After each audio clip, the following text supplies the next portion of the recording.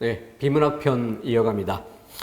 이 부분은 이제 그 종반부에 다다른다라고 할 수 있죠. 앞에 문법 그리고 한자 이런 부분들을 공부했었던 것들을 모두 총합하는 그런 영역의 특징이 있고, 물론 이보다 문학적인 표현법들을 더 포함하면서 문학 작품에 대한 독해라는 영역이 최종적인 학습 영역이라 할 수 있겠습니다. 하지만 기본적으로 언어에 대한 기본적인 그 지식을 채우는 그런 과정을 넘어서 이제는 좀 그 활용하는 그런 단계에 이른다는 점에서 전반부보다는 후반부의 성격을 띠는 그런 단원이 되죠. 종합적 이해가 필요하겠습니다. 무엇보다 그 방법적인 면이 중요해지는 그런 단원이죠. 그렇기 때문에 질문 유형을 빠르게 파악하는, 그래서 여러 개 문제들을 지시문의 그 핵심어들만 쭉 체크해보는, 그래서 한 10문제 이내 이렇게 풀어볼 때는 잘 모르지만은 50개 이상의 문제를 빠른 속도로, 예를 들어 뭐 중심 내용, 추론할 수 있는 것, 그리고 또 독자의 반응 등등 이렇게 질문들을 빠르게 한 그 50여 개 이상 쭉 읽어가다 보면 어떤 질문들인가라는 윤곽이 대략 보이게 됩니다. 그래서 그런 작업이 필요하기도 하고, 또 그 독해 방법으로서 큰 틀에서 말씀드렸던 것은 연습 과정에서는 분석적인 그런 공부 방법이 필요하다, 이런 점을 강조드렸었고, 근데 이 분석적인 공부 방법은 꽤 많은 시간을 필요로 하죠. 그렇기 때문에 실제 시험장에 가서는 분석적으로 풀어가는 게 아니라 감각적으로 풀 수 있어야 되는데, 준비되지 않은 상태에서 감각적으로 문제를 풀면 시험 문제들은 뭐 큰 무리가 없지만 어려운 문제, 합격을 좌우할 수 있는 이런 문제들은 출제자가 파놓은 함정에 빠지는 그런 양상들이 매우 많이 나타납니다. 그렇기 때문에 평소 분석적인 그런 훈련들을 많이 쌓아서 문제를 딱 보는 순간 어떤 부분이 점검 포인트가 되고 주의할 점이 어디가 된다는 것을 바로 감각적으로 느낄 수 있게 이렇게 훈련해 주는 것이 중요한 것이죠. 그리고 또 그 분석적인 그 준비 과정, 거기서 가장 핵심이 되는, 뭐 기본이 제일 중요한 부분이죠. 그것은 바로 문장 단위로 끊어 읽기. 마침표 나오면 엔터 쳐서 아래행으로 끊어내린 상태에서 출력하고 그렇게 풀어보는, 뭐 이런 방법들이 가장 기본적이면서도 가장 효과가 큰 그런 방법들이죠. 자, 문제 하나씩 살펴가면서 보도록 하겠습니다. 자, 1번 문제는 중심 내용이라고 했어요. 근데 1번 문제부터 아주 특징적인 면 잘 보여주고 있는 것이 선택지 4개 중 틀린 것이 없다는 것이 이 문제의 특징입니다. 그러니까 4개 선택지가 모두 다 맞는 내용들이에요. 그래서 질문 다시 올라가 보면 중심 내용이라고 했습니다. 그러니까 인용된 그 지문 내용에서 어울리는, 맞는 이런 것들로 선택지가 구성이 되어 있는데, 그 중에서 가장 중심이 될 만한 것이 뭐냐, 이렇게 해서 중심과 부차,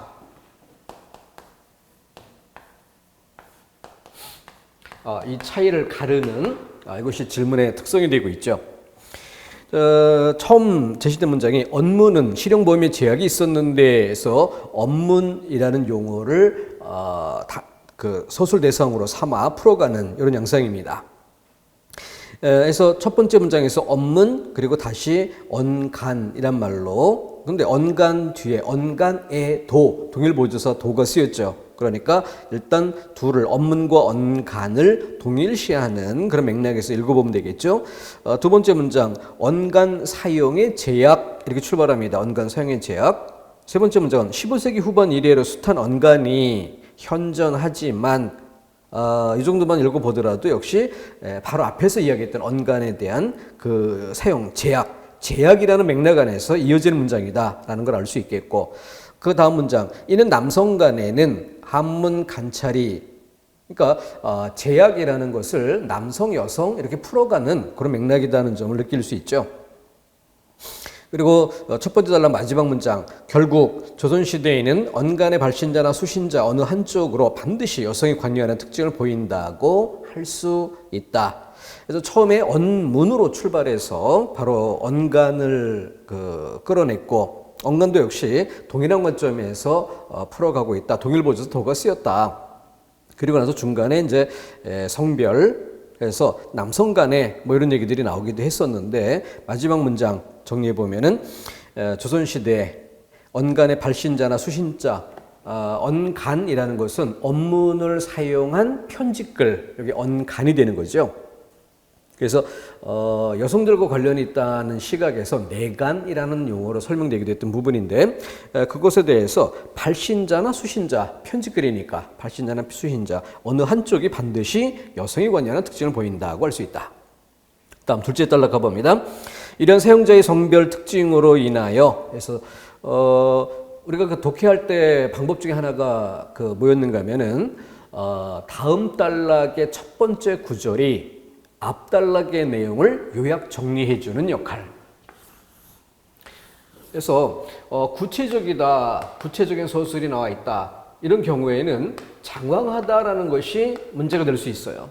그러니까 하나하나는 알아듣긴 하겠는데 그 모두를 빨리 묶어서 일반화하는 이런 것들이 쉽지 않을 수 있죠. 그런데 이와 같은 이렇게 풀어가면서 뭐뭐뭐는 이렇게 둘째 단락이 출발한다면은 바로 이것으로 앞 단락 전체 내용을 깔끔하게 정리해주는.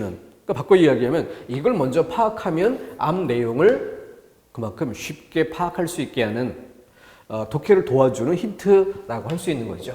자, 이런 역할을 바로 이 둘째 단락이 보여주고 있는 것입니다. 이런 사용자의 성별 특징으로 인하여 종래 언간은 내간으로 일컬어지기도 했다. 그러나 자, 내간으로 일컬어지기도 했다 해서 그 성별 특징 이 부분에 대해서 그러나로 또 새로운 생각이 들어가겠죠?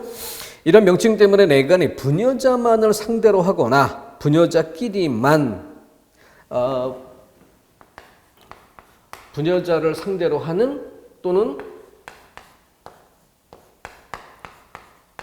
부녀자들끼리 주고받는 이런 것으로 오해돼서는 안 된다. 16, 17세기의 것만 하더라도 수신자는 왕이나 사대부를 비롯하여 그러니까 수신자가 남자일 수도 있다라는 것을 이야기하고 있죠. 자, 그러면서 한글 해독 능력이 있는 하층민에 이르기까지 거의 전 계층의 남성이 될 수 있었기 때문이다. 이게 때문이다로 마무리가 됩니다. 그러니까 출발점이 뭐냐요? 부녀자만을 상대로 하는 것으로 오해돼서는 안 된다. 남자 그리고 하층민에 이르기까지 전 계층의 남성이 될 수도 있었기 때문이다. 이렇게 이유 제시를 하죠. 그리고 나서 마지막 문장. 한문 관찰이 4대부 계층 이상 남성만의 전유물이었다면 언간은 특정 계층에 관계없이 남녀 모두의 공유물이었다고 할 수 있다. 자, 그래서 하나의 그 앞부분에서 언문 그리고 그것 중에서 좀 핵심적으로 다루는 사례로서 언간 이렇게 풀어가고 이것을 주로 성별 이런 측면에서 이야기를 풀어간 뒤 그래서 전 계층까지 이어간 이런 내용을 담고 있는 것이죠. 그래서 전 계층 남녀 모두의 공유물 전 계층의 공유물 이렇게 이어가게 되는데 전반적으로 그 언문 언간에 대한 그런 것들에 대한 기본적인 개념을 설명하는 이런 정도로부터 출발을 해서 그것이 어떤 양상으로 나타났는가 좀 말을 바꿔 이야기한다면 뭐 어떤 기능, 어떤 역할을 했는가 이런 정도의 양상까지 이어가는 그런 소설 방법을 띠고 있습니다. 그런 점에서 1번 언간의 실용 범위에 제약이 있었다. 실용 범위에 제약이 있다. 특히 그 초점은 이제 성별이라는 측면에서 이야기한 것 맞죠? 두 번째, 성별 특징, 즉 여성성과 관련이 깊다는 점에서 언간을 달리 내간.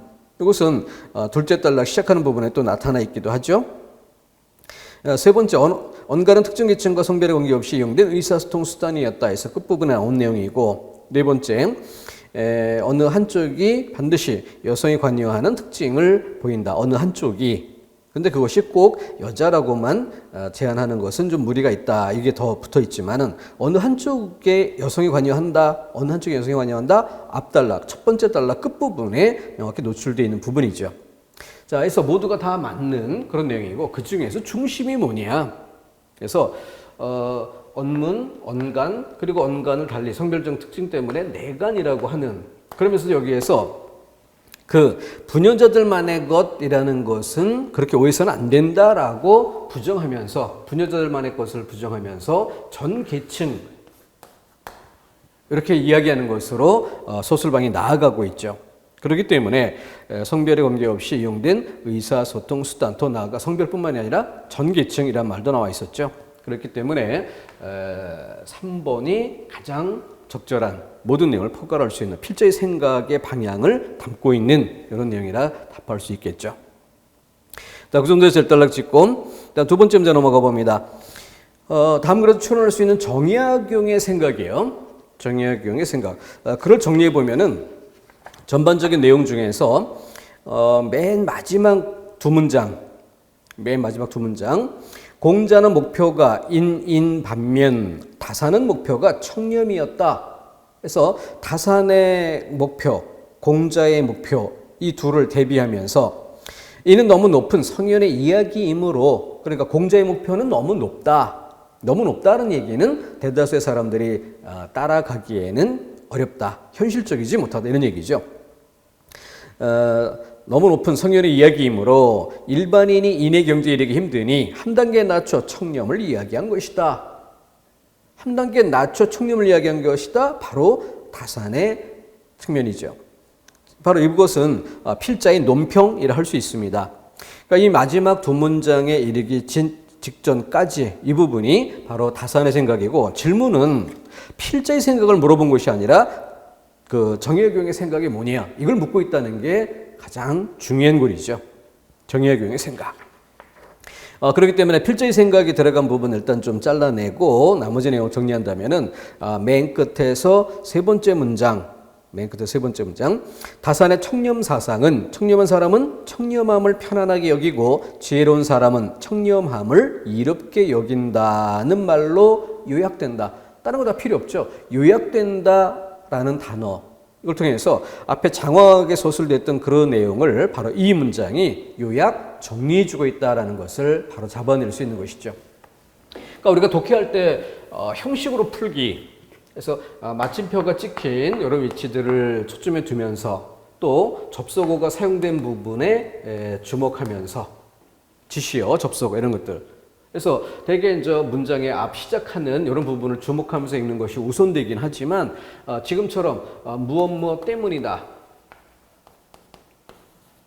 이런 것처럼 이 문장의 마지막 부분을 중시하는 이런 읽기도 있죠. 지금 여기 같은 경우는 요약된다는 말이, 이건 대체로 문장 앞부분에서 요약하면 이렇게 출발하는 경우가 많은데 무엇으로 요약된다 그래서 마지막 서술부에 핵심적인 단어가 사용되는 경우.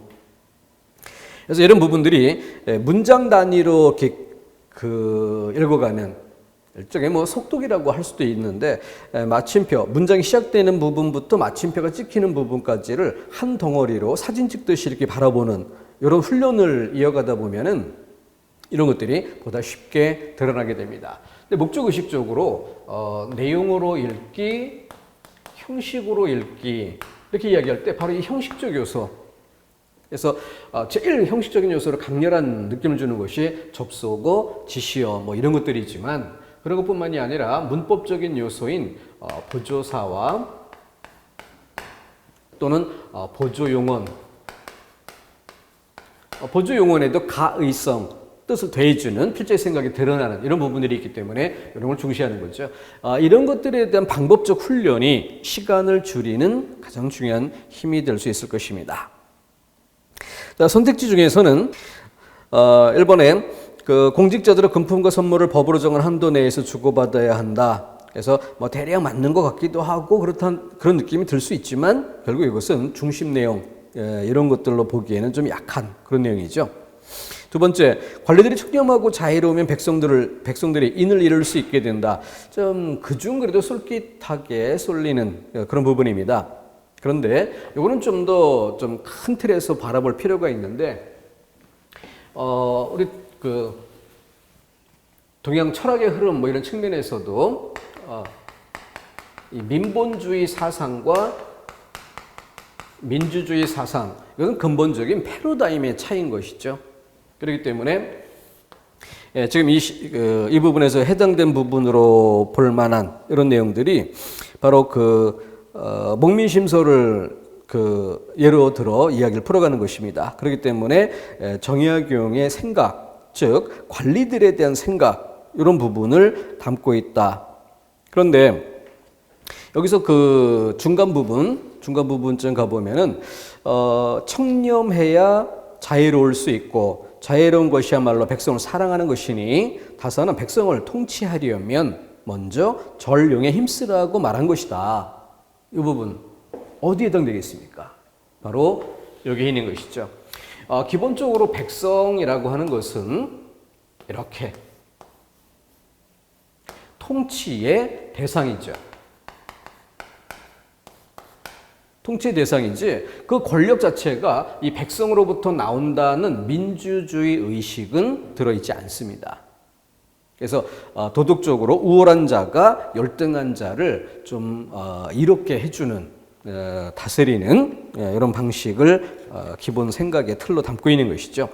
이번 같은 경우는 참 좋은 얘기로 보입니다. 그렇지만 그런 차이가 근본적인 차이가 있다는 것을 고려하는 게 필요할 것 같겠고 그런 정도에서 4번을 답 찾는 데는 큰 무리는 없으리라 봅니다. 그렇기 때문에 중요한 것은 좀 시간을 줄이는 이런 방법적인 면에 관심이 있어야 될 듯하고 그렇기 때문에 더 요구되는 것이 독해의 방법, 훈련된 그런 방법 이런 것들이 시간을 줄이는 고리가 되지 않겠는가 이렇게 생각을 합니다. 자, 그래서 문장 단위로 읽는 그런 방법에 대해서 좀 더 각별히 연습을 쌓아두기를 당부드립니다. 자, 세 번째 문제. 읽은 후에 반응, 독자의 반응이에요. 독자의 반응.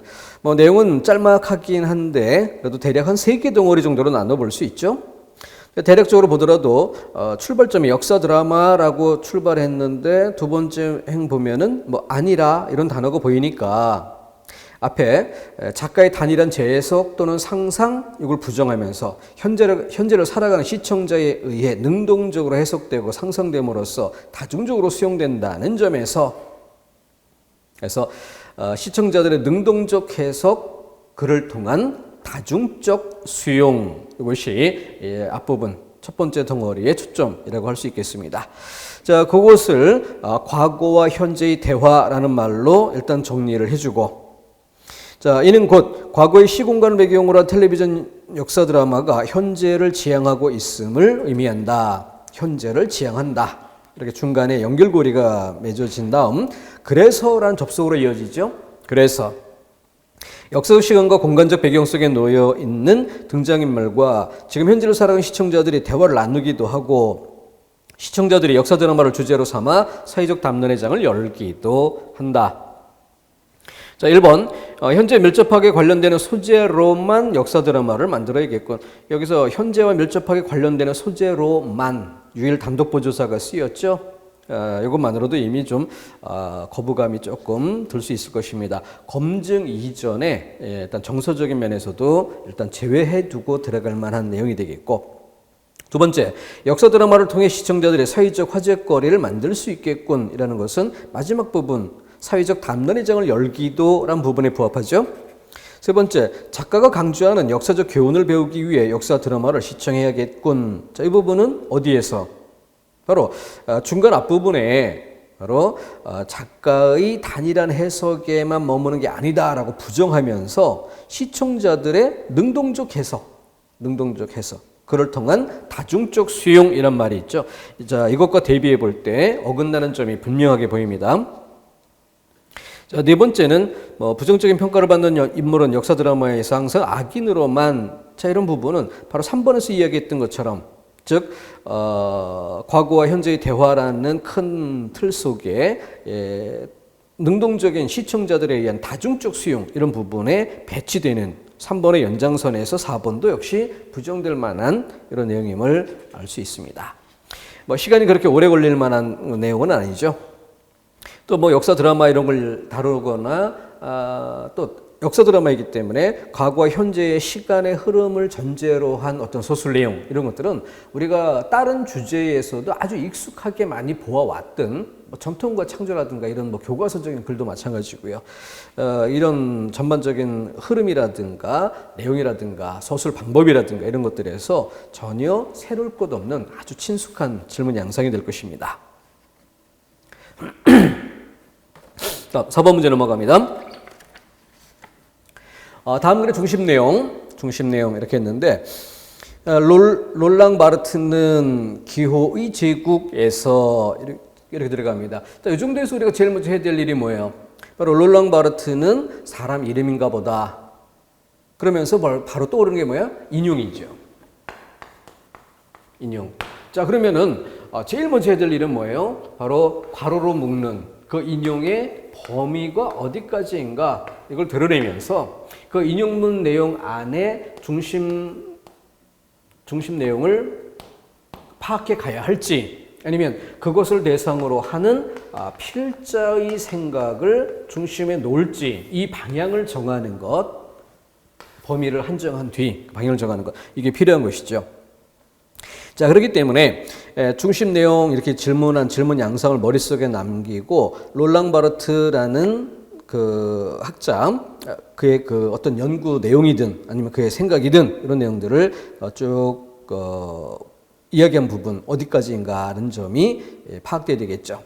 근데 길지 않게 첫 번째 문장에서 끝이 나요. 그래서 따옴표로 딱 인용된 부분을 통해서 뭐뭐라는 말을 한 적이 있다 이렇게 돼 있어요. 자, 그럼 바로 인용이 짤막하게 이루어진 만큼 그것을 대상으로 하는 필자의 생각 이 부분이 중심이 되어야 되겠다는 것은 뭐 더 뻔한 일이죠. 자, 이어서 훑어봅니다.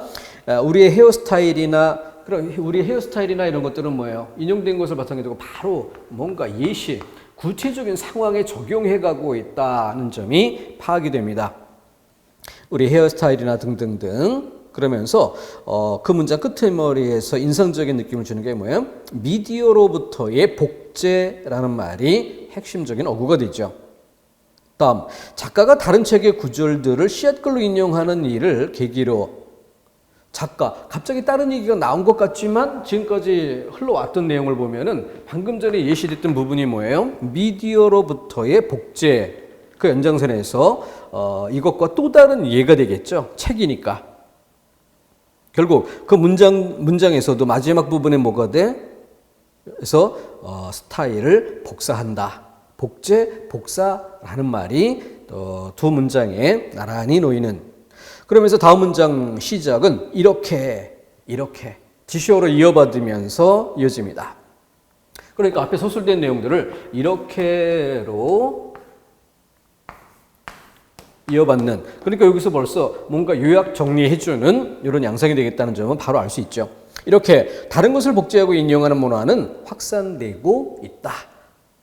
그럼 결국 앞에 롤랑 바르트 기호의 제국에서 그럼 기호라는 다소 어려운, 좀 부담스러울 수 있는 이런 용어가 등장하긴 했으나 우리가 알아야 할 핵심적인 부분은 복제 또는 복사 정도로 이해하면 되는 것이고, 그렇게 맨 끝에서 세 번째 문장 이렇게 다른 것을 복제하고 인용하는 문화는 확산되고 있다.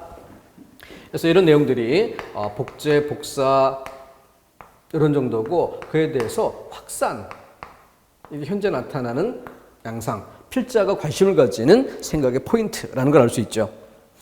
그것은 오늘날 성형의 트렌드가 확산되는 현상을 보면 잘 알 수 있다. 그럼 뭐예요? 맨 끝에 두 문장.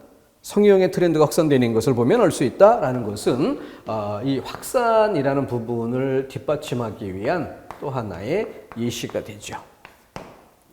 자, 이렇게 놓고 본다면은 주제문의 위치에 따라서 예를 들어 중괄식, 그 두괄식, 중괄식, 미괄식 이런 그 양상으로 볼 때 이 단락은 어때요? 중괄식이라고 할 수 있죠. 그래서 앞부분에서 롤랑 바르트의 그 인용이란 부분으로부터 구체적인 사례를 두 개 정도로, 그래서 헤어스타일이나 패션 등 이런 것이 미디어로부터의 복제라고 한 것과 책을 이야기한 부분, 그리고 나서 그것을 요약 정리해주는 복제하고 인용하는 문화의 확산, 바로 이것이 필자 생각의 중심이고, 그런 뒤 그것을 뒷받침하기 위해서 또 예시를 끝부분에 들고 있다. 그런 점에서 3번을 답으로 하면서 여기서 우리가 이 문제를 계기로 해서 많이 강조했었잖아요.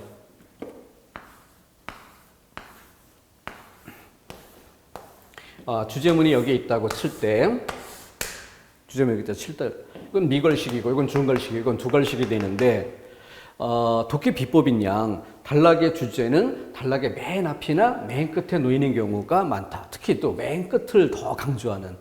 그것은 미괄식으로 쓰이는 그런 보편적인 글쓰기 방식에 근거한 것인데, 이를테면 이것을 양적인 면으로 보면 오히려 이것이 더 많다. 이것은 더 양적으로 적겠죠. 그죠? 이거는 많을 것이고. 그런데 이걸 다른 시각으로 보면 이것은 쉽다. 이것은 어렵다. 이것은 덜 중요하고 이것은 더 중요하다. 이렇게 다른 시각에서 볼 수 있다는 거죠. 그런 부분을 다시 한번 좀 새겨보는 그런 도구가 되어야겠습니다. 자, 그래서 국가적 7급 문제인데 7급 문제다운 요소가 있는가 하는 점을 좀 살펴보고 어떤 면들이 난이도를 높이는 장치가 될 수 있었나 하는 것도 좀 짜임새 면에서 형식적인 틀 면에서 생각해 보면 좋을 것 같습니다. 자, 5번 문제. 이 문제 역시 중괄식이라고 할 수 있습니다. 맨 앞부분에 이거 주제를 묻는 문제인데 맨 앞부분에 합리성이 이렇게 출발을 해요. 합리성. 그래서 그 본래의 인간의 특징이다라고 얘기를 했지만 표현할 줄 알아야 한다. 이게 첫 번째 문장에서 강조한 내용이고요. 합리성. 근데 그걸 표현할 줄 알아야 한다. 그다음 두 번째 문장 가보면 인간은 사회적인 동물이기 때문에 나와 다른 관점을 지닌 무수한 동물들과 부딪히며 어울려 살아야 하기 때문이다. 이때 때문이다는 뭐야? 표현할 줄 알아야 한다는 이유를 설명한 거죠. 다음, 합리적인 공동체의 합리적인 시민이 되고자 한다면 단순히 합리적으로 사고하는 것을 넘어 다른 사람들이 자신의 견해를 수용할 수 있을 만큼 타당한 논리를 제시할 줄 알아야 한다. 자, 그래서 이 합리성이라는 것으로 출발을 했는데 앞부분에서는 그것을 표현할 줄 알아야 한다. 그리고 그것을 뒷받침하는 이유 제시로 혼자 사는 게 아니니까 라는 점을 이야기했고요. 그리고 나서 합리적으로 사고하는 것을 넘어서 여기서 표현할 줄 알아야 한다라고 한 부분인데 그것을 다시 한번 똑같이 반복 그러면서 강조하는 그런 내용이 뭐예요? 바로 타당한 논리를 제시할 줄 알아야 한다. 그러니까 단순히 표현하는 것이 아니라 타당한 논리를 제시할 줄 아는 정도의 표현, 이걸 요구하는 것이죠. 그렇기 때문에 그런 부분을 중심 내용으로 잡았을 때 선택지를 가보면 그것이 바로 선택지 1, 2, 3, 4, 4개 중 논증이라 표현한 데는 이 단어와 딱 맞아 떨어지는 지점임을 알 수 있죠. 자, 그랬을 때 자, 이 글 중간 부분. 자, 그런 주장에 사람들이 동의하지 않는다 하더라도 최소한 존중해 줄 수 있을 정도는 되어야 한다. 바로 타당한 논리를 제시할 줄 알아야 한다에 대한 보충 설명이었고요. 그리고 나서 그 뒤에 합리적으로 보이는 근거를 제시하고 진정으로 사려 깊게 논쟁한다면 상대방은 입장을 바꿔 생각해 볼 것이고 이로써 당신의 생각을 인정할 수도 있다. 어떤 사람의 논증이 일관되고 견고해 보일 때 사람들은 그 사람을 생각이 깊은 올바른 사람이라고 기억할 것이다. 이 마지막 부분은 뭐예요? 바로 부연 설명.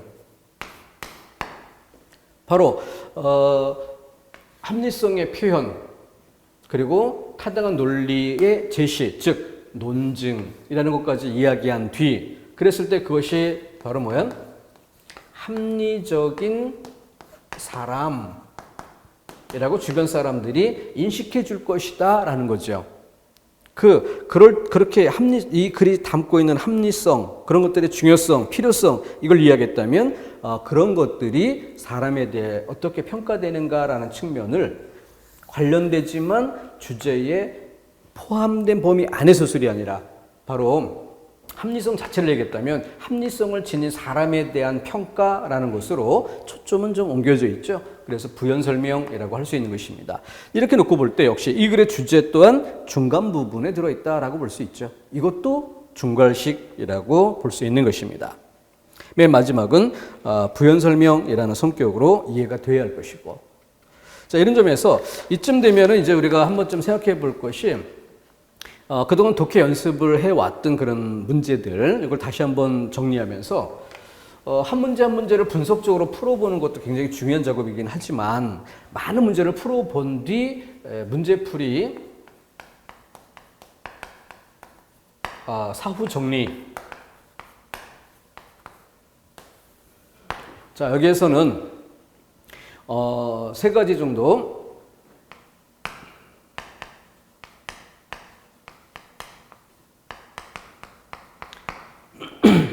예를 들어서 100문제가 있다. 내가 풀었던 문제가 100문제다. 그러면은 너무 간단하고 쉽고 그래서 다시 반복할 필요가 없다 싶은 것들 쭉 빼고 이렇게 정리하다 보면은 뭐 한 30문제에서 50문제 이렇게 남는다고 쳐요. 그러면 30문제, 50문제를 첫 번째 문장 여기다가 아예 형광펜으로 마킹을 쭉 하면서 첫 번째 문장만 읽어가는 겁니다. 그러면은 그 첫 번째 문장을 쭉 읽어가면서 이것이 전제, 도입, 아니면 주지, 첫 문장부터 주지가 나오는 이런 경우도 있죠. 이런 것들이 한 단락 안에서 여러 문장들 사이를 관계를 놓고 볼 때는 느낌이 없는데 많은 문제를 첫 문장만 쭉 반복해 읽으면 느낌이 형성이 됩니다. 똑같은 방식으로 마지막 문장, 이 끝 문장 읽기, 그것도 마찬가지예요.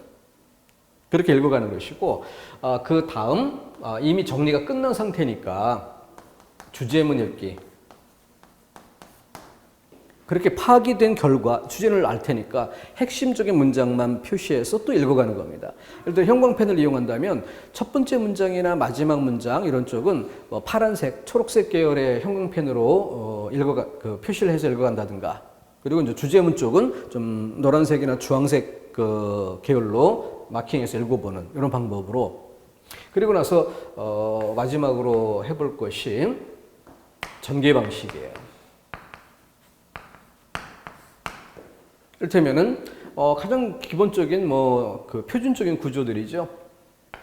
도입이나 전제, 그리고 주지 또는 상술이나 부연 이런 양상으로 돼 있는지, 아니면은 또 문제 상황,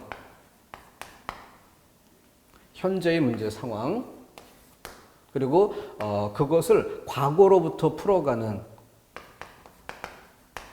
이런 방식도 있겠고, 문제 상황이기 때문에 그것에 대한 원인 파악, 이것으로 이어가는 방식이 있겠죠.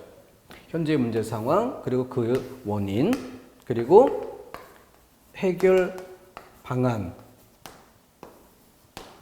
그리고 나서 미래에 대한 생각, 이런 정도. 그래서 이런 것들을 글의 전개 방식이 어떠한지를 메모, 그렇게 해서 여러 개의 지문들을 빠른 속도로 점검해 보는 것이에요. 그러다 보면 이것을 유형화할 수 있습니다. 그리고 이미 이 유형화 중심으로 문제들을 설명해 놓은 책들도 있어요. 그런 것들을 활용할 수도 있는데, 그러다 보면은 그 책에 쓰인 것이 책의 내용이지 나의 것으로 정리가 되지 않을 수가 있습니다. 그렇기 때문에 내가 풀었던, 내가 활용했던 이런 것들을 자료로 해서 그것을 내가 풀어놓은 결과에 기반해서 옆에 메모하면서 사후 정리를 해줄 때 그게 온전히 내 것이 될 수 있다는 거죠. 그리고 나면 새로운 문제를 대할 때 어때요? 딱 보면서 글의 내용에 빠져들기 전에 주제문이 있는 위치는 두괄식, 중괄식, 미괄식 어디쯤에 주제가 있을까? 첫 문장을 딱 읽으면서 많은 것들을 읽었을 때 첫 문장 그 자체가 뭔가 무게중심이 실리는 방법인지, 아니면 뒤에 다른 내용에 중심적인 내용이 오고 그것을 이끌어내기 위한 출발점으로 어떤 특징이 있는지, 이런 것들이 동물적인 감각으로 살아날 수 있다는 것입니다. 자, 그런 것들을 많은 문제풀이 했던, 내가 풀었던 그런 문제들을 기반에 두고 사후 정리 작업을 해주면 아주 중요하게 나의 뼈대, 유형화된 가치를 끌어낼 수가 있게 될 겁니다. 6번 문제 들어가면서 봅시다. 다음 글에서 이끌어낼 수 있는 주장이라고 했어요. 지문이 조금 짧은 것보다는 중간 정도 크기가 되죠. 이 정도부터는 선택지 먼저 읽기도 유용한 방법이 될 수 있죠.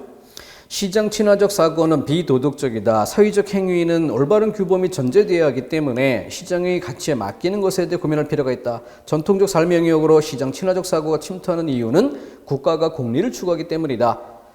전반적으로 시장 친화적 사고와 그렇지 않은 것, 뭐 이런 정도 구도를 느껴볼 수가 있죠.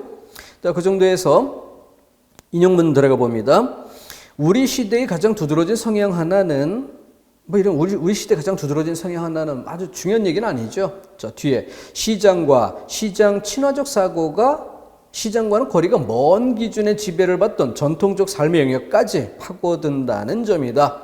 자, 이런 정도에서 뭔가 이 글의 구도를 좀 잡아볼 필요가 있죠. 그러니까 영역을 얘기했어요. 그 초점에 시장. 근데 선택지에서 쭉 보면 시장 친화적 사고 그리고 또 뭐 시장의 가치 이런 정도의 용어들이 보입니다. 그러면 어떤 우리 사회의 영역 중에서 시장의 어떤 가치라든가 논리라든가 이런 것들이 좀 긍정적인 면에서 적용될 만한 영역, 또 그렇지 않은 영역, 이런 정도 구도가 좀 보이겠죠. 그래서 이것을 시장 친화적이라는 용어로 쓰든 뭐든 그런 구도를 전제로 해놓고 그 다음 다시 한번 들어가 보면은 시장 친화적 사고가 시장과는 거리가 먼 기준의 지배를 받던 전통적 삶의 영역까지 이렇게 했는데, 그렇다고 해서 전통이란 단어가 중요한 건 아니죠.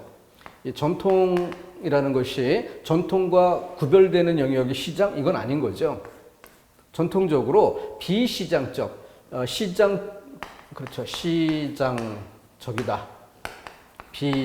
비시장적이다. 뭐 이런 식의 표현도 괜찮을 거예요.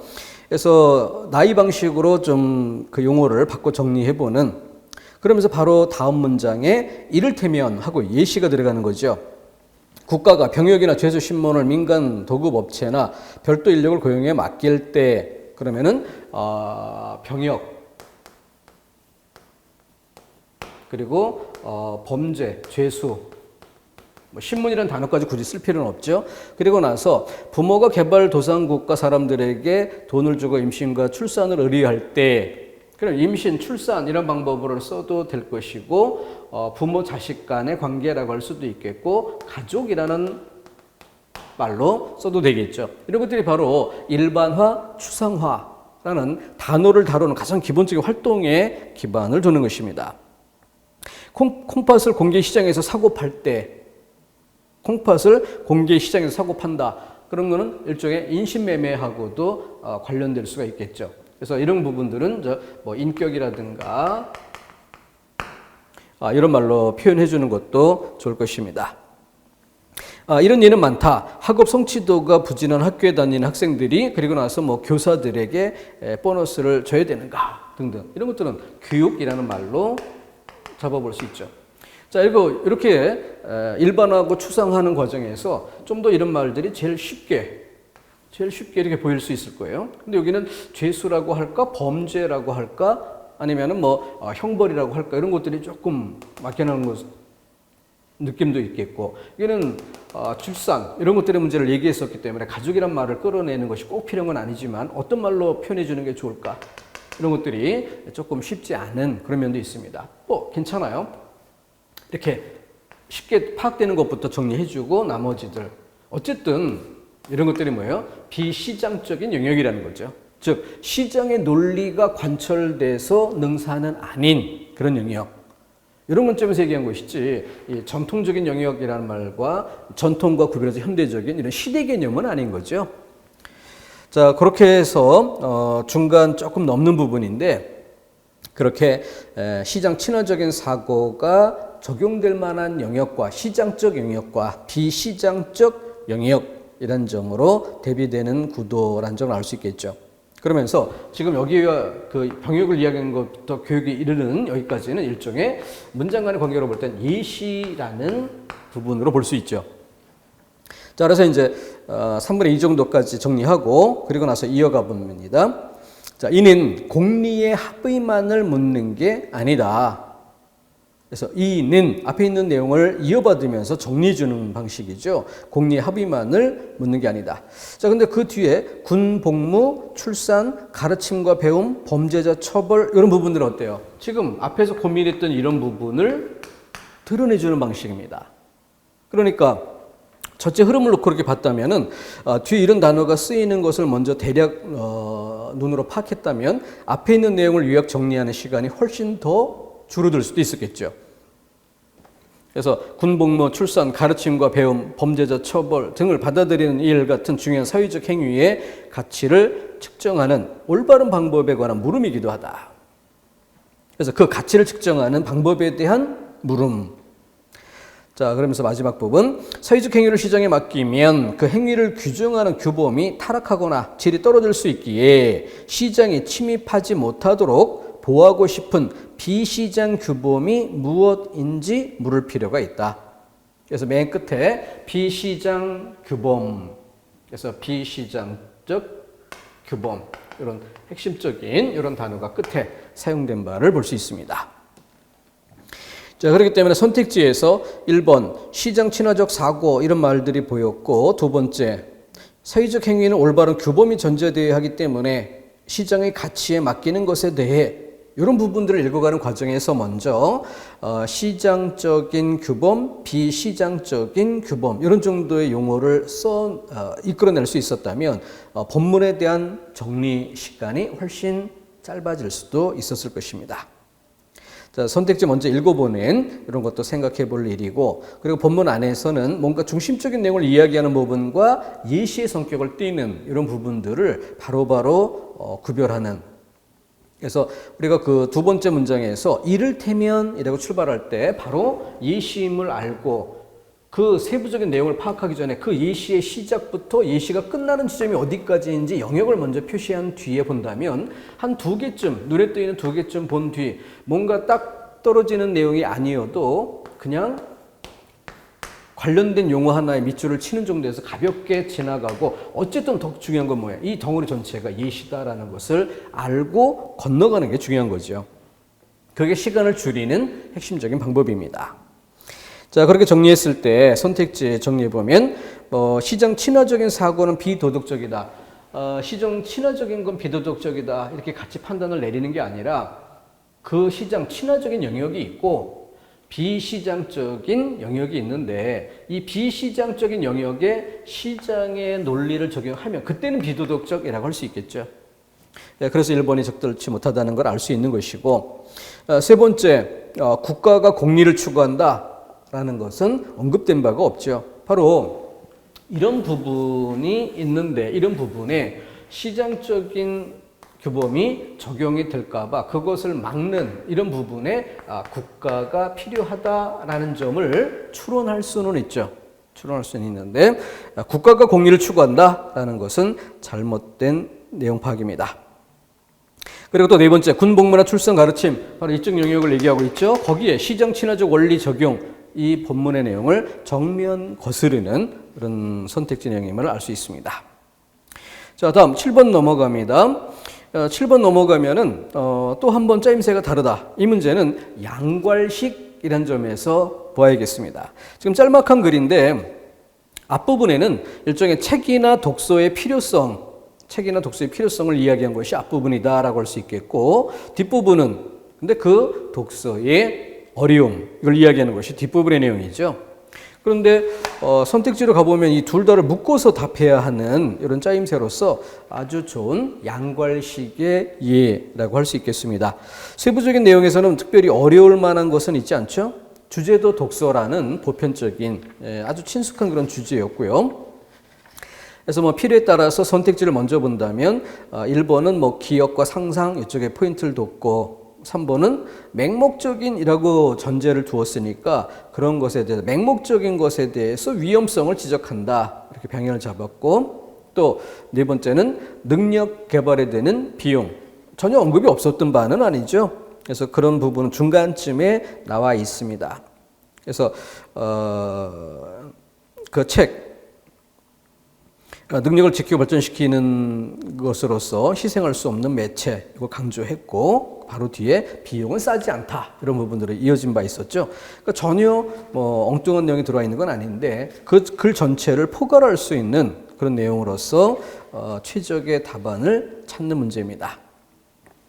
자, 양괄식의 틀로서 내용을 정리해볼 필요가 있다. 네, 그렇게 그 짜임새들 위주로 내용을 살펴보면서 또 정리를 풀어가는 것이 또 시간을 줄이는 그런 도구가 되는 것이기도 하니까. 그래서 그 8번 문제의 경우 중간쯤에 예를 들면 이런 부분을 핵심으로 삼고 예를 들면 그래서 그 뒤에 이하가 예시가 된다면 앞부분만 3줄 정도 분량이죠.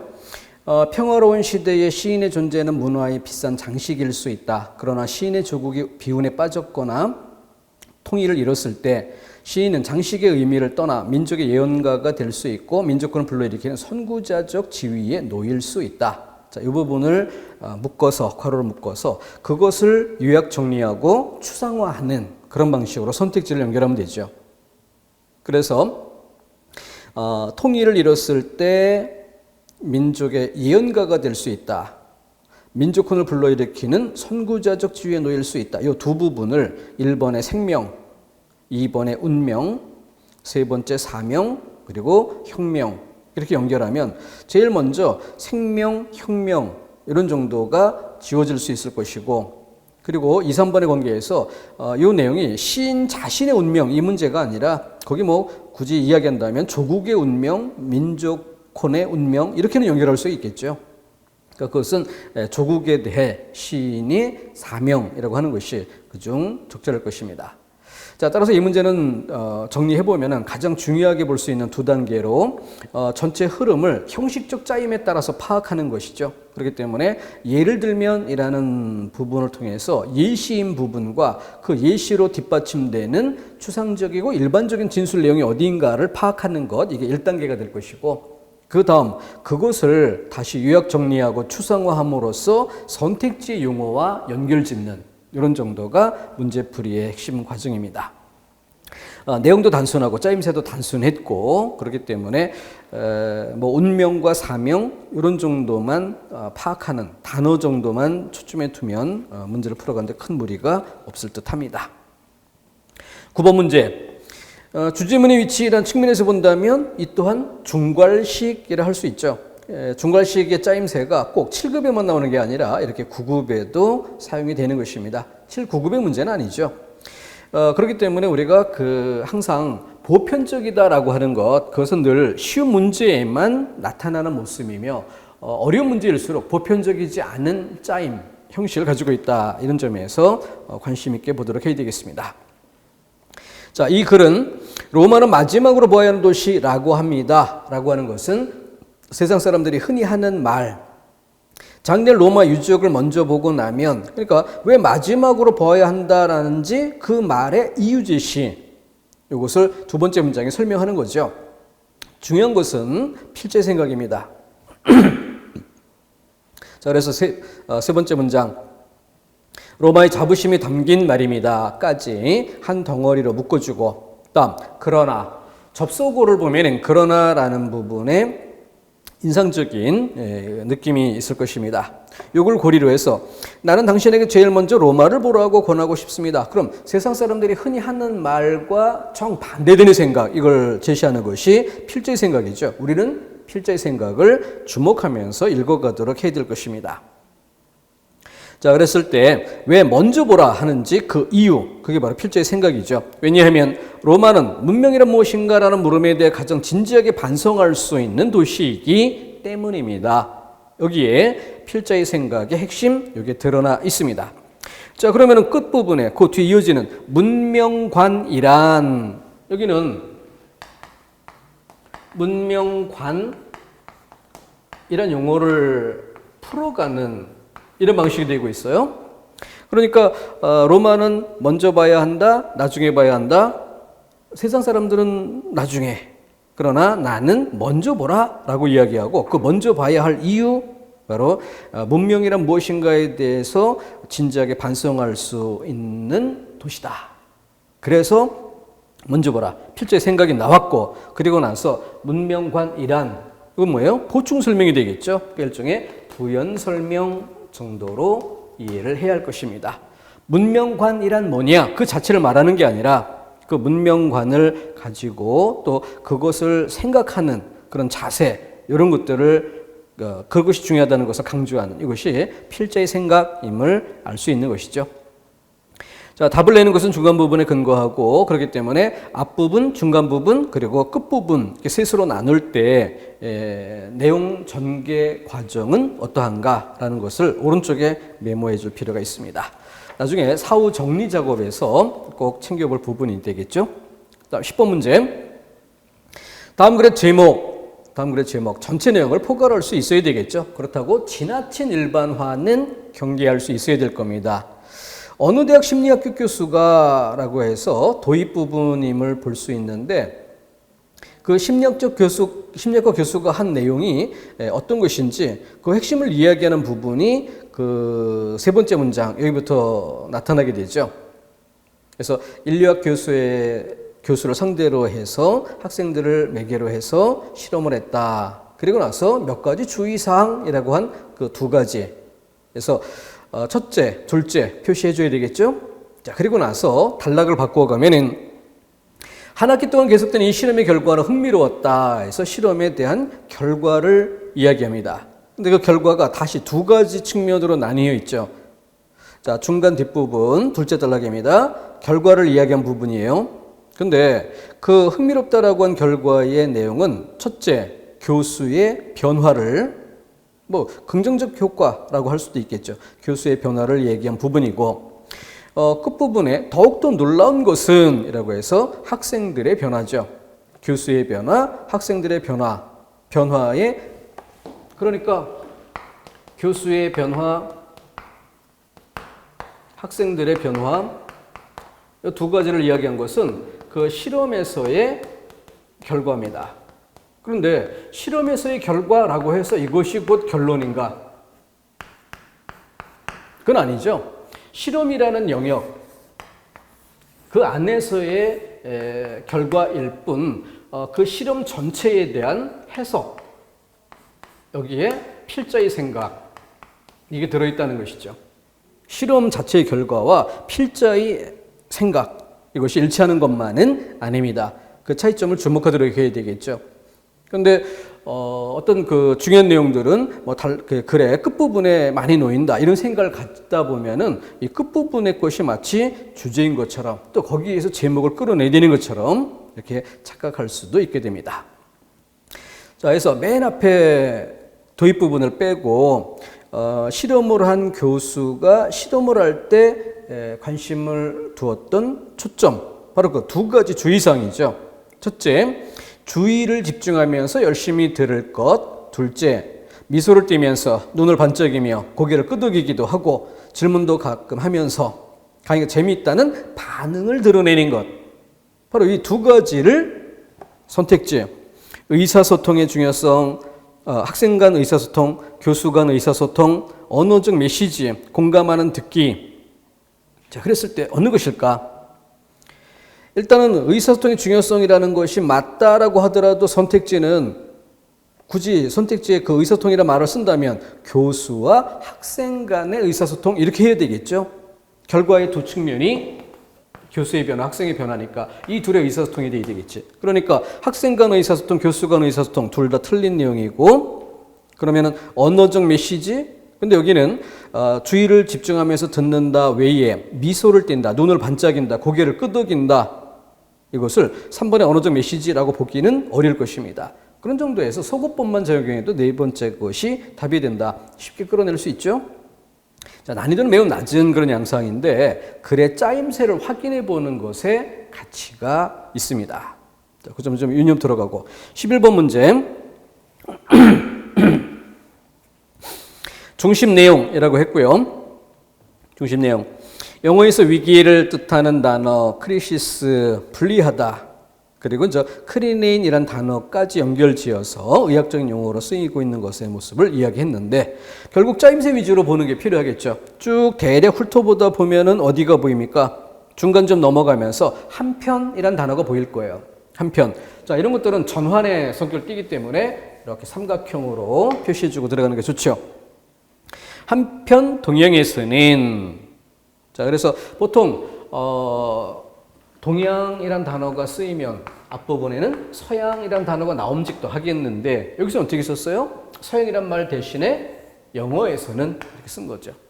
그러면은 영어에서는 이라고 쓰다 보면은 뒷부분에는 뭐 한자에서는 이렇게 바꿔가는 것도 방법이 될 수 있습니다. 이게 바로 단어의 대응이죠. 근데 낮은 차원의 문제와 높은 차원의 문제라고 볼 때 낮은 차원은 서양, 동양 이렇게 쓸 것이고 영어, 한자 이런 식으로 쓸 수 있겠죠. 그런데 여기는 서양적이라고 이야기하지 않고 영어에서는 이라고 출발했는데 뒤에 와서는 동양에서는 이런 말로 바꿔가는 방식. 자, 그런 단어 사용법에 대해서도 관심을 가져둘 만한 부분입니다. 자, 그런데 한편이라는 건 전환이라고 했어요. 서술 대상이 달라진다는 거죠. 서술 대상. 그러면은 앞에 서술 대상에 대해서 가치 판단의 방향은 어떠했는가?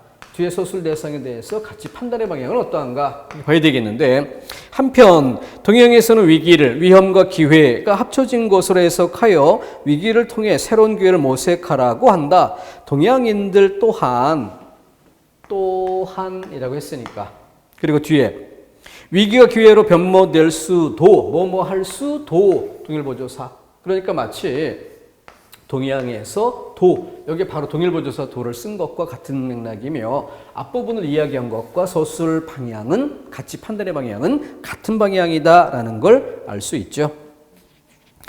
자, 용어를 설명하는 방식으로 도입 부분을 서술한 그런 특징이 있고요. 그다음 짜임새 면에서는 한 편을 축으로 해서 앞뒤 두 가지 즉 서양과 동양 양측면을 이야기했는데 두 가지에 대한 서술 방향은 같은 내용을 같은 방향으로 파악하고 있다. 1번 위기가 아예 다가오지 못하게 미리 대처해야 이게 아니고 위기는 닥쳐오더라도 그것에 대한 대응, 해결책 이런 것들에 관심이 있어야 되겠죠. 자, 그래서 답은 쉽게 2번 고를 수가 있는데 짜임새를 정리함으로써 시간을 어느 정도 줄일 수 있느냐 하는 것이 관심사가 되어야 하겠습니다. 그 정도. 다음 12번 또 실험 문제가 또 한 번 나오네요. 한 연구원의 실험이라고 해서 그 실험의 양상이 전반 부분에 나타나고 실험이니까 아까 그 나타났던 것처럼 심리학 교수가 했던 것과 같은 그런 방식으로 앞부분의 실험 그리고 뒷부분에 그에 따른 결과 여기도 중간 뒷부분에 그 후 연구원은 실험 참가자들에게 몇 가지 설문을 했다 해서 결과 분석이죠. 결과 분석. 근데 그 결과 분석 중간 부분에 보면은 예상과는 달랐다. 이 부분이 나와요. 그래서 선택지 보면은 행복해한다. 행복해하는 경우가 뭐냐? 라는 것을 이야기하는 것으로 선택지를 끌어내야 되는데 결국 선택지를 알기 위해 바로 실험 결과의 세 가지 양상. 자, 그때 3만 원, 2만 5천 원, 2만 원. 그랬을 때 3만 원을 받은 사람 가장 행복할 것으로 기대했는데 예상과 달랐다. 그 이유는 부담이었어요. 그러니까 5만 원을 둘로 나누면 즉 실험자가 또 다른 곳에서 조를 이루게 됐을 또 다른 사람과 나누는 그런 상황이기 때문에 2만 5천 원이 평균치라고 본다면 3만 원 더 많은 돈을 준 경우에는 부담 때문에 2만 원을 받은 이런 경우에는 불만족 때문에 그래서 적절한 금액을 받은 것이 처음에 제시받았던 금액에 해당되는 금액을 받았을 때 가장 행복해한다. 자, 그것을 추상화해서 선택지의 용어로 바꿔야 되는 거죠. 그래서 여기 2만 5천 원 처음 5만 원을 조당 두 사람인데 5만 원을 준다. 그러니까 2만 5천 원씩 받을 수 있을 것이다 라고 기대한 금액 그대로죠. 그랬을 때 3만 원은 더 받은 경우 2만 원은 덜 받은 경우라고 한다면 2만 5천 원은 적절하게 받은 경우 이렇게 이야기할 수 있겠고 그것을 선택지용으로 바꿨을 때가 뭐가 되는 거예요? 공평한 대우라는 말로 연결하는 거죠. 그러니까 이 문제는 지문을 정리하는 데 드는 시간 이게 한 측면이라면 다른 측면은 바로 적절한 금액이란 부분을 공평한 대우라는 말로 바꿔 쓰는 그러니까 전형적으로 일반화 추상화 능력 이것을 묻는 것인데 그때 일반화 추상화란 측면에서 적절한 금액을 공평한 대우라는 말로 바꾸는 이 정도는 난이도가 높은 수준이라 볼 수 없죠. 아주 쉬운 수준에서 파악할 수 있었던 짜임새입니다. 다음 13번 필자가 말하고자 하는 바 내용이 언어 기호는 과연 의미를 제대로 전달하는 수단일까라고 해서 언어학에 관련된 그런 내용을 담고 있습니다. 언어학 일반론 출제 빈도가 많지 않기 때문에 우리가 많이 좀 시간을 줄일 수밖에 없는 그런 단원이죠. 그래서 구조 언어학자 소시르의 생각 이걸 이야기해서 시니피앙, 시니피에, 기표와 기의 이런 단어를 풀어가는 방식으로 그러니까 말이 그 자체가 좀 어렵다는 느낌을 줄 수 있습니다. 그래서 이럴 때 내용에 빨리 적응하고 시간도 줄이고 그럴 수 있는 방법이 뭐예요? 바로 선택지를 빨리 정리해 보는 것이죠. 선택지 1번에 기호를 해석할 때 기호 자체보다는 기호를 둘러싼 맥락을 파악해야 한다. 기호를 둘러싼 맥락. 2번 기의는 같지만 기표가 다른 경우는 언어학적으로 있을 수 없다. 기표, 기의 이런 내용들이 선택지에 사용이 되고 있어요. 3번도 마찬가지죠. 자 그렇다고 한다면은 뭐 그걸 그 선택 그 인용문 앞쪽에서 찾아볼 수 있는 스니피앙, 스니피에로 표현됐던 이런 부분. 그런데 그 뒤에 예를 들고 있는 그런 부분에 어떤 대상에 붙인 이름과 그리고 실제의 대상 이 관계로서 풀어가죠. 그러니까 바로 뒤에 개라는 예를 든 부분에 실제의 개 여기를 기의라고 해줬고 개라는 이름 이런 부분을 기표. 그래서 우리가 보통 그 언어학적 기호라고 이야기할 때 바로 이 개라는 이름 이 부분에 해당되는 것이죠. 거기에 대해서 뒤에 필연적인 이유가 없다는 뜻이다. 이거는 우리가 내용 지식적으로 알고 있는 부분이 언어학 일반론에서 공부하는 내용이니까. 자, 그랬을 때 이번 선택지 기의는 같지만 기표가 다른 경우는 언어학적으로 있을 수 없다라는 것은 이 지문을 읽어서의 문제가 아니라 미리 알고 있는 지식에 기반해서 이 글 읽으면서 바로 잘못된 내용이다라는 걸 판단하는데 어려움이 없겠죠. 또 세 번째, 기의와 기표가 자의적 관계에 있다는 전통적 주장은 수정돼야 한다. 그게 아니라 자의적 관계에 있다는 방향에서 지금 이 글을 서술해 가고 있는 것이죠. 그런 점에서 2, 3번이 바로 우선적으로 지워질 수 있는 내용이다라는 걸 알 수 있겠고 4번의 경우 행간의 의미를 이해하기 위해서 이건 필연 일이죠. 뒷부분에 무의식적으로 실체적 사고가 작동돼야 한다. 근데 본문 안의 내용은 뭐예요? 실체적 사고 그게 중요한 것이 아니라 바로 실체 거기에 머무는 것이 문제고 그것을 떠나 관계적 사고를 하는 게 중요하다. 이게 필요한 부분인데 지금 전체적인 내용을 단락 바꿔 쓴 부분을 그 첫 번째 시각적으로 인지할 수 있는 그 초점이라고 한다면 그 나머지의 흐름 속에서 형식적 짜임을 보여줄 만한 이런 부분들. 그렇다면 예를 들어서 둘째 단락 세 번째 문장쯤 이어갈 때 두 번째 문장 중간 부분쯤 되죠. 거기 보면 즉이란 단어가 쓰인 부분이라든가 그리고 또 세 번째 문장쯤 여기서 소시르는 그래서 여기서 이런 얘기는 뭐예요? 이어받는 지시어 역할을 하니까 그리고 나서 다음 문장에 차이란 그래서 지금까지 이야기했던 두 대상이 있었기 때문에 차이라는 이 단어는 대단히 중요한 거죠. 앞에 이야기했던 두 대상의 차이 그러니까 여기에 필자가 얘기하고자 하는 핵심적인 생각이 드러날 수 있기 때문에 중요한 것이죠. 차이란 실체가 아니라 관계를 나타내는 용어다. 실체가 아니라 관계 이렇게 말한 것으로 봐 4번에서 실적 사고 작동 이것은 반대로 거꾸로 이야기한 것이다. 그래서 바로 뒤에 따라서란 단어가 보이잖아요. 접속어.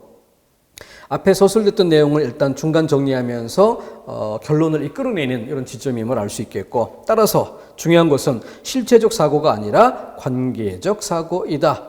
그런 맥락에서 선택지 4번을 부정하고 1번으로 답을 해야 한다는 방향도 쉽게 정리가 되는 것입니다.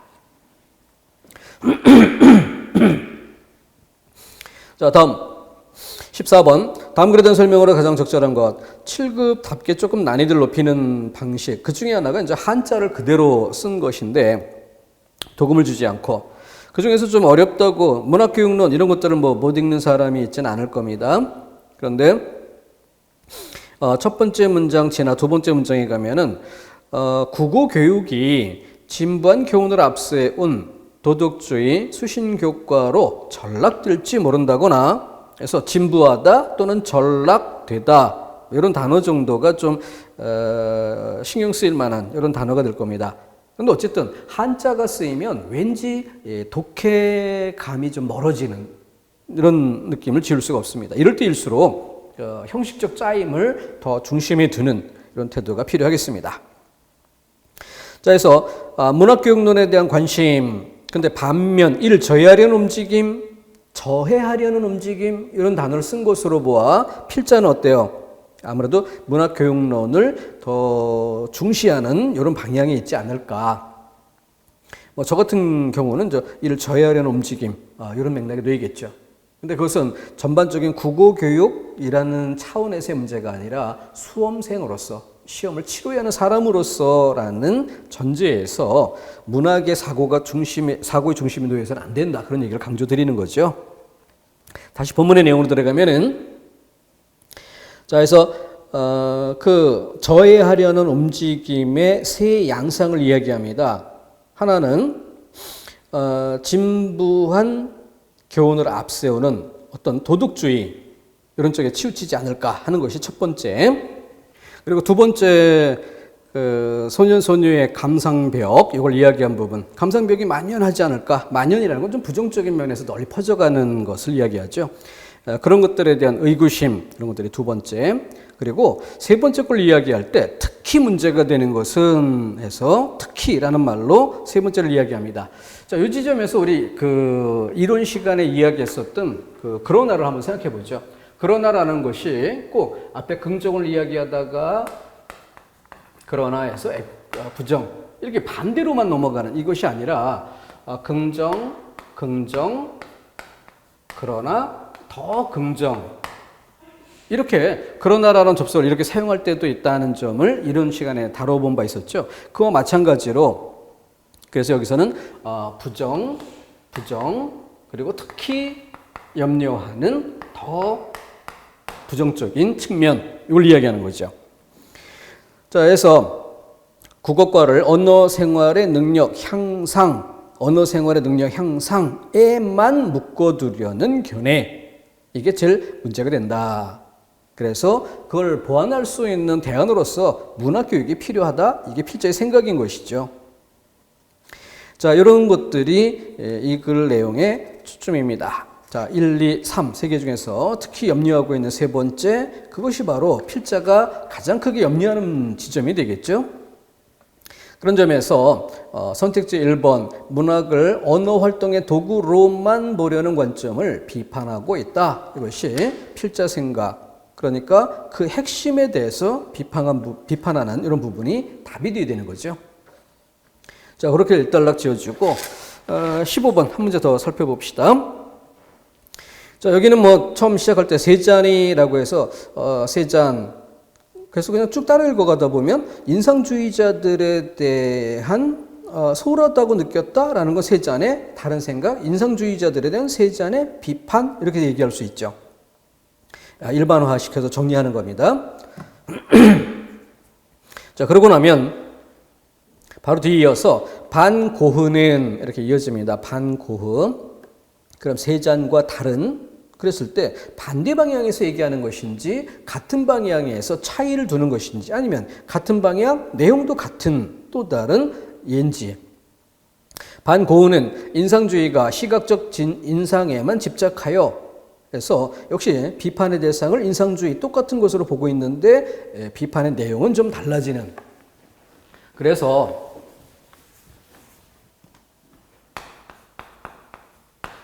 인상주의가 있다면 이것을 비판하는 세잔과 고흐 그리고 나서 뒤에 이어지는 것이 또 고갱도 나오죠. 그래서 그 비판의 핵심적인 내용이 되는 게 뭐냐라는 부분을 한마디의 단어로 압축해서 써보는 것도 필요하겠고, 이 정도 그림을 그려두는 정도에서 본문 안에 해당된 부분을 밑줄 쳐서 밑줄 친 1, 밑줄 친 2, 밑줄 친 3 이런 정도로 간단하게 표시하는 것도 좋겠죠.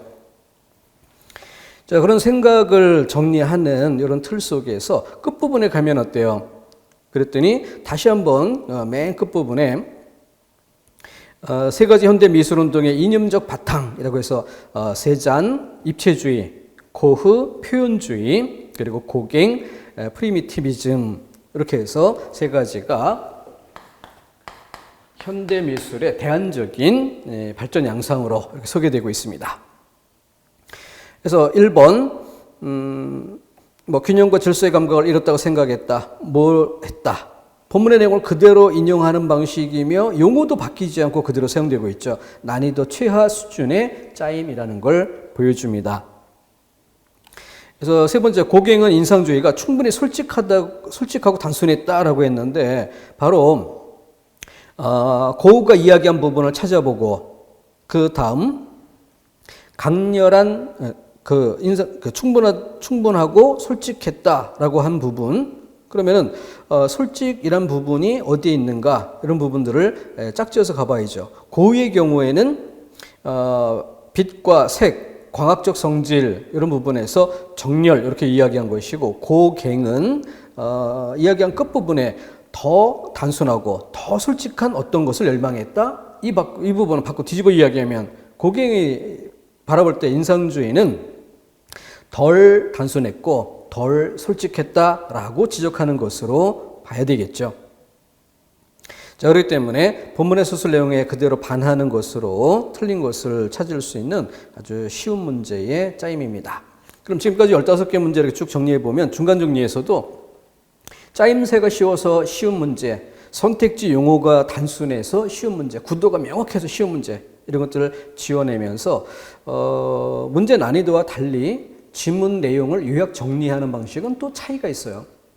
그러니까 지문 내용을 요약 정리하는 방식에서 그 짜임새를 어떻게 형식적으로 표시해 볼까 이런 것들도 좀 관심을 많이 두고 이렇게 표시해 보면 좋을 듯 합니다. 일단락 짚고 쉬었다가 나머지 문제들 더 이어가겠습니다.